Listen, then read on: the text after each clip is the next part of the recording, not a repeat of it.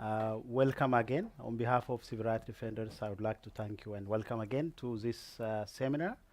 And I would also like to thank Tesfalem for availing himself to have this seminar in Stockholm.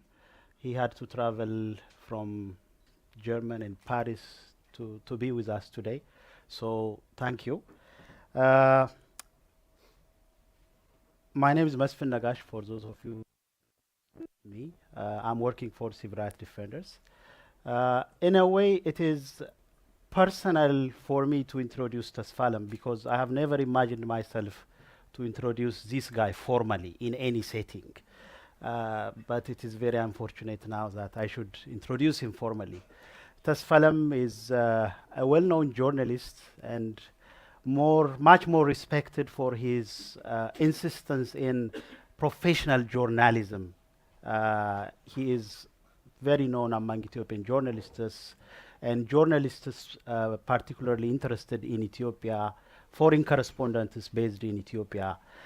He has been working with quite a number of international renowned media outlets such as BBC, AP, the United Nations, Iran, and Expressen from Sweden, and ETC, and others.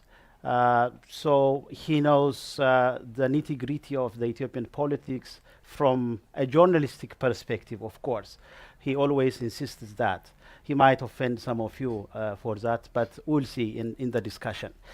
Apart from his professional history, he was also imprisoned for 1 year and 3 months, among other 2 journalists and 6 bloggers, the Zone 9 bloggers.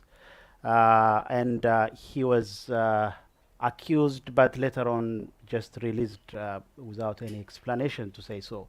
We'll get into that detail later on.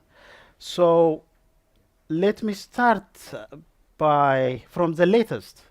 What happened yesterday while we were having a dinner with 2 Swedish friends? Somebody called him, anyways. Yeah, somebody called me, and I just learned that one of my prison friend, one of the bloggers who were kept with me for a year, I just found out that he rearrested again the day before yesterday, and it was in the middle of a dinner with friends. I just learned this, and it was really personal. It was really touchy. I can't even continue the discussion. And that guy, Nathaniel Falleka, we spent a year together in prison, and he's one of the principled and very, I don't know, it's very difficult to explain. Nathaniel is he continue blogging, and he's continued to talk about the human rights abuses in Ethiopia, what we have seen in prison, even after he has released. And we always talk about that, you know, his personal safety is in danger, but he continued talking about that. And even the latest one, what happened on Sunday in Ethiopia, there was a very big accident. So many people were killed in a Thanksgiving celebration, and he was personally strongly criticized the way the government handled that security thing, and the police fire, you know, tear gas, and all. They also fired on the protesters who were attending that Thanksgiving celebration, and he was critically saying something about that on his Twitter and on his Facebook, and we just found out that he was discussing about this incident with his 2 colleagues. He is a banker, so while he was discussing in a cafe, in an open cafe, some plainclothes security personnel, they just came in, they arrested him. While I was talking now, he's in a police station. He might appear in the Ethiopian court to get some bail, Whether he will get bail or not, that's a very big another thing. But he will, I think, he will appear today at the court, and it's I don't know. It's very difficult to talk about this. It's really touchy. In a way, it is similar with how you were arrested and later on released, isn't it? How did it happen? It is the same thing. When I was arrested, I was also arrested from a cafe while I had a magazine while on my hand. I was alone. They just two security, plainclothes security personnel, they just came and they approached me and they asked me that you are wanted for investigation, and I was really surprised. And how come you just communicated with me just like that? So can you show me some identification card or something like that?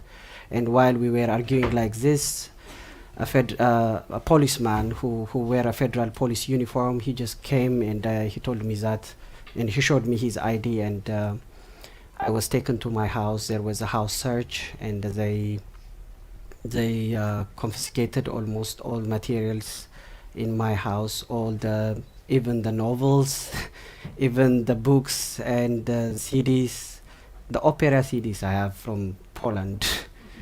Even took that one because they think that it is some terrorist material, something like that. And newspapers, Time magazine, all those things, because those people who are searching my house, they don't know which material is needed by the investigators. So they took almost everything from my house. And whenever someone calls them, they say that this is a journalist house, it's full of papers and full of documents. How can we finalize our searching within 1 hour or 2 hours? Give us some time. So it took them at least 4 hours, and there were around 8 people, 8 policemen and security guys in my house. So from cafe to my house, from my house to the amazing, the infamous prison in Ethiopia, it's called Maḥበረ-ኢኮኖሚያዊ. I was taken there and I stayed there for 3 months. One of the toughest, the worst moment of my life, staying in Maḥበረ-ኢኮኖሚያዊ. Those of you... What was the investigation about? Did they have anything in their hands, or they were just looking for something which they don't know? They don't have anything on their hand. They just asked us a lot of questions, because personally, my investigation, they were asking about why I received trainings outside of my country, journalism trainings. What is my relationship with foreign people, like foreign agents? That's what they call them. So, for example, I had a very good communication with organizations like CPJ, Committee to Protect Journalists. So they don't like such communication with such big organizations, such human rights organizations, or journalism rights defending organizations. And they were also asking about our activities on social media, because they believe that we had a mission to destabilize upcoming Ethiopian election. It was at that time a year before the election when we were arrested. So they thought that we had a mission to disrupt that election, but they did not have anything on their hand. They have all our materials, all books and everything, but when they asked us our questions, it was not about finding the truth. Mm-hmm. It was about framing us on something they just already in their mind. Mm-hmm. Mm-hmm. So they are pushing us to that, that place. Were you arrested because they assume you are a member of the Zone 9 bloggers? Or yes. Well, yes. They didn't even know that whether you are a member or not? Or to tell you the truth, later during the investigation, they did not directly told me about, they differentiate. I'm not a Zone 9 blogger, but I don't know. I don't understand. I don't have a clear picture about this, but Sometimes they are trying to force me to confess that I am a Zone 9 blogger. I told them that all my Zone 9 bloggers are my close friends. I know them personally. I really support their activity. That's what I told them. But the big problem is that sometimes they say is that for other friends of mine during interrogation, they told them that, yeah, we know who Zone 9 bloggers are and who journalists are. But when they come to me, they always asked me, what is your contribution in Zone 9 blog? And I told them that, did you see my name in that blog? We didn't hide anything. My friends didn't hide anything. All their names, all their bylines, everything is there. So the things also, what they wrote on Zone 9 blog, it's not hiding from anyone. It's just open. The blog is there. The Facebook is there. The Twitter account is there. So everyone can know this thing.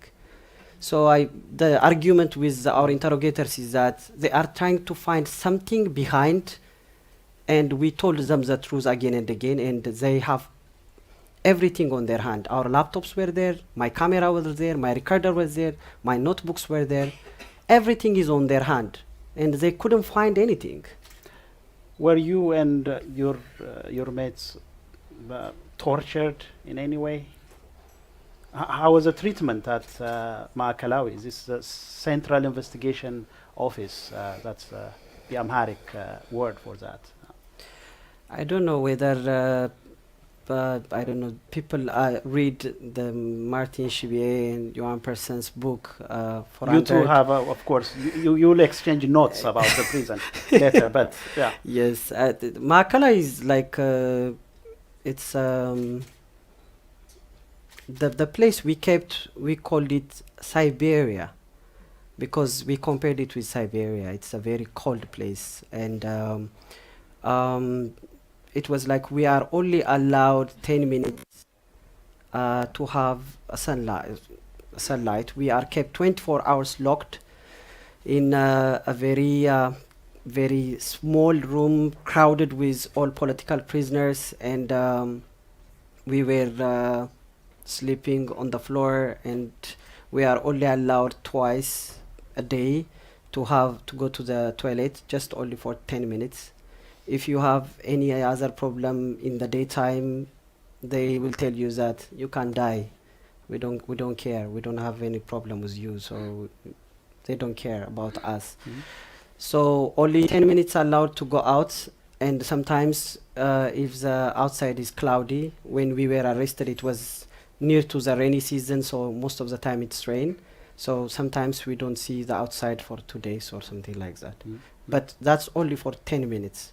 So I didn't know that the blue sky is very much attached to my life. I didn't feel that I will miss a sky. And whenever we are out for 10 minutes, I was staring on sky for 10 minutes, and it's just over, and I go back, because we didn't have the chance to see that. So we are only allowed to have a shower once per week. So it's a very congested area.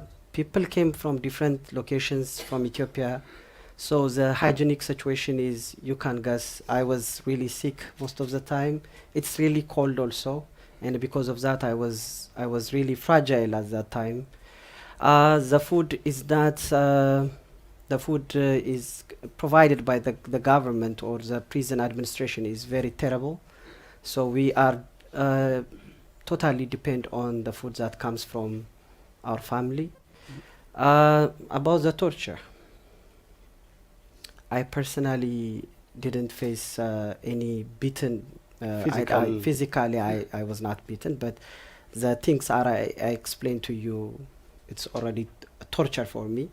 But on my own eyes, I have seen people, the beaten people, those inmates who are kept with me.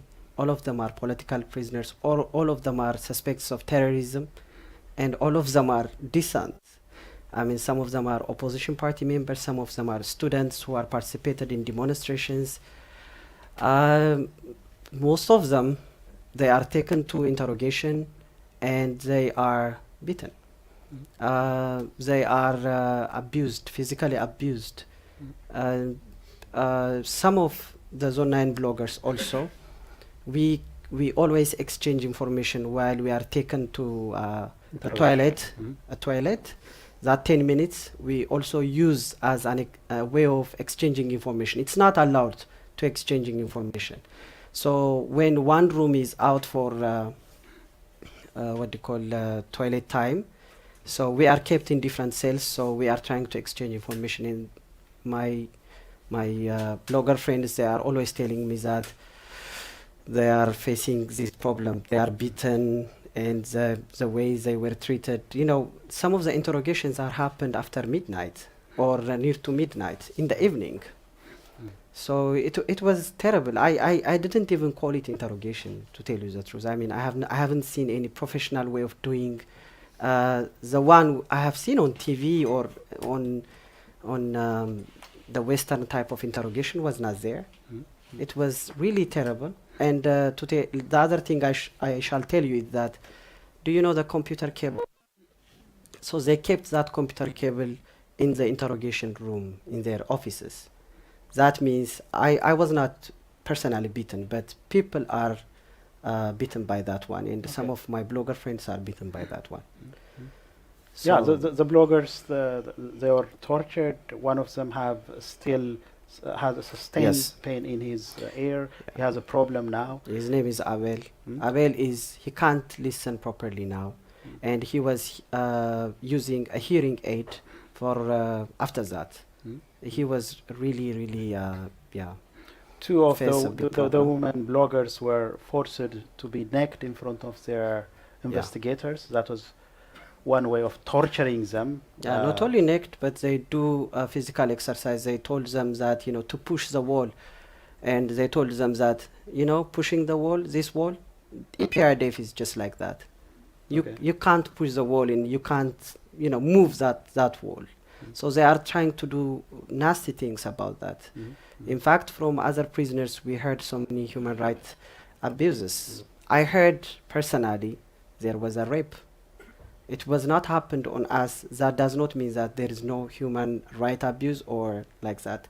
There was a woman I have seen on my own eyes. That woman, she's from Somali region, and she shared that information with our women bloggers as well as others. There was a rape, and the Muslim committee members who were also arrested along with us, they told us so many horrible incidents. They were hanging like this, their hands and their things, and they were tortured in so many ways, and they stayed like that for a day or two. And they put anyways, so many horrible things. A bottled water, full of water, they just put the genital of the main prisoners. That's how horrible the way during the interrogation. Well, I think your ordeal in prison might have a lot of details, and I hope you'll write something in the future. But as much your arrest was dramatic, your release was also so dramatic. When did you know that you're going to be released, and on what condition? It was, I was informed just minutes before my release. We didn't know that. In fact, my name was called on a megaphone. We have this PA system in the prison, because whenever our friends and our family came, so our name was called by that PA system. So my name was called again and again, and it was like in afternoon. It's near to the end of the working hour, and I thought that they are mistaken. I mean, how come they will call my name? Because our court process is ongoing, and we have an appointment in after 2 weeks or something like that, and we are not sentenced yet. So I didn't expect my name will be called like that, and I told my friend, I was with the other blogger, we were watching Freedom Writers, a movie called Freedom Writers, and it was broadcasted on the States, the national television. So I was glued on that movie because it was really touchy. You are in prison and you are watching freedom writers, and it's a hilarious swank movie. And I know that movie, but from the prison perspective, it's really touchy. And I told them that, please don't disturb me. Let me watch it. And he told me that your name is called on the PA system. And I told him that they are just mistaken. They are confusing. So later, another blogger, our friend Bafkadu, he was in the library. So he came and he said, "Is that your name is repetitively called? Why you are still here? This thing seems serious." So I went out with the two of them. We are 3 in one zone. So when we go to the guy who was calling our names, and he showed us the lists. And on that list, I have seen the name of Zelalem and Asmamau, the 2 other journalists. One journalist, one blogger from different zones. So we were really surprised because only three names are there, and the 2 of my blogger friends, their names was not included in that one. So I don't understand. I don't realize what's really happening. Because all of you were charged in one file for the same crime. It is the same crime, the same evidence brought against us. No evidence at all, except the training materials we collected from different places. From different trainings. So I was really surprised, and I felt it like that. It's just a mistake. So we were standing, and there was this policeman who was furious and who was trying to search me in the compound, and he came to me. Where is this Tasfalam guy? Why he's refused to be released? And I told him that I don't understand what is really going on. My friends are here. Their name is not included, and my name is only appeared on that one. Your friends from another zone, they are already released, and you are the only one who are refused to be released. And I was really arguing with them. So if I am released, how come they are not released? If I am released, what is the reason? What is the reason, the ground? And at this time, when during our discussion, many inmates are circling us, and they just enjoy the discussion, and they don't understand why I am refusing to leave that prison.